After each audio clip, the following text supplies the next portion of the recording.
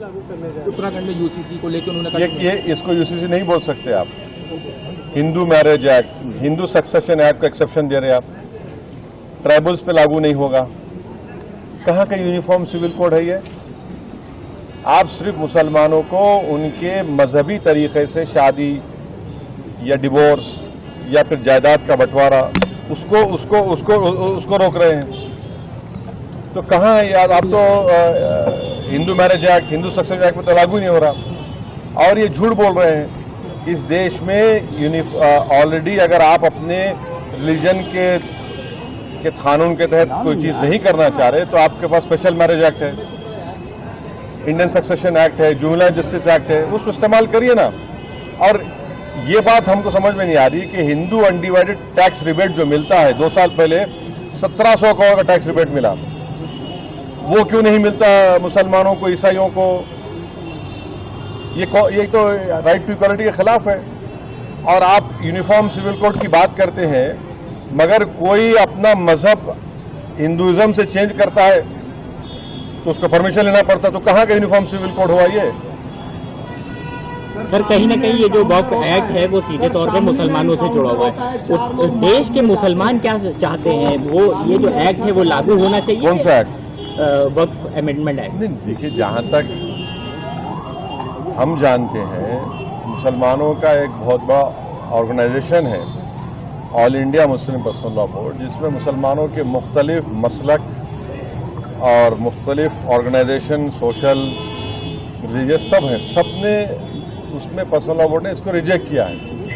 और सब ये कह रहे हैं कि 2013 का जो कानून है वो बेहतर है, जो प्रिंसिपल एक्ट है। आज आप कोई कानून ला रहे हैं तो वक्फ की इस जायदाद को बचाने के लिए नहीं, वक्फ की जायदाद को बर्बाद करने के लिए ला रहे हैं। आप बताइए कि वक्फ बोर्ड में नॉन मुस्लिम मेंबर कैसे होगा? उत्तर प्रदेश में काशी विश्वनाथ बोर्ड है, क्या कोई नॉन हिंदू मेंबर बन सकता है? नहीं बन सकता है। आप कह रहे हैं कि अगर कोई मुसलमान जो 5 साल तक इस्लाम फॉलो करेगा वही प्रॉपर्टी वक्फ को दे सकता है, माने फिर वो 5 साल तक किसी और धर्म के स्थान को दे सकता है प्रॉपर्टी, मगर मुसलमान को, मस्जिद को या दरगाह को नहीं दे सकता। तीसरा, आप कह रहे हैं कि कलेक्टर को हम पावर देंगे। कलेक्टर कैसे पावर देगा? वो तो प्रिंसिपल्स ऑफ नेचुरल जस्टिस के खिलाफ है। कलेक्टर तो गवर्नमेंट का अपॉइंटी होता है। हाँ। चौथा, आप कह रहे हैं कि वक्फ बाय यूजर खत्म कर देंगे। वक्फ बाय यूजर तो अगर खत्म होगा तो फिर उत्तर प्रदेश में 95% वक्फ प्रॉपर्टीज वक्फ बाय यूजर, उसका क्या होगा? तो सर ये सुन तो लीजिए।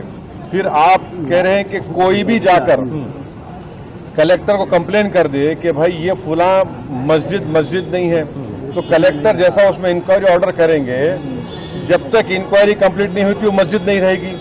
इस बिल में प्रोविजन है, लिमिटेशन एक्ट हिंदू धर्म के ऊपर अप्लाई नहीं होता, ना सिख के धर्म, ना ईसाइयों पर होता है। आप सिर्फ मुस्लिम जायदादों पर लिमिटेशन एक्ट को अप्लाई कर रहे हैं। तो ये वक्फ प्रॉपर्टीज को बचाने के लिए कहाँ लाया जा रहा है बताइए हमको? ये तो अच्छा 7% वक्फ फंड देना पड़ता है, उसको 5% कर दिया आप। तो ऑल इन ऑल ये वक्फ को बर्बाद करने के लिए, वक्फ की जायदादों को लूटने के लिए इस तरह का मोदी सरकार कानून लाने की कोशिश कर रही है। तो सर इतनी सब बातों के बाद भी अगर ये एक्ट आ जाता है तो उसके बाद आप लोग क्या करने वाले हैं? देखिए आगे क्या होता है। आगे क्या होता है? CAA का प्रोटेस्ट हुआ था। हाँ। प्रोटेस्ट होगा, बराबर होगा, एहतजाज होगा, क्यों नहीं होगा? सड़कों पर होगा। देखिए, काउंटर होता है और कानून व्यवस्था की बात करने वाली सरकार में 4 लोग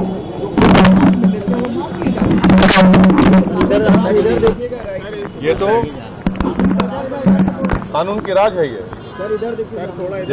देखिए जो रूल ऑफ लॉ की बात संविधान करता है, रूल बाय गन का मामला है। ये कोर्ट किस लिए है, पब्लिक प्रोसिक्यूटर किस लिए है, BNS किस लिए है? अगर ये सब अगर आप सिर्फ गन से इंसाफ को समझते हैं तो फिर इसकी जरूरत ही नहीं है। फिर संभल मामले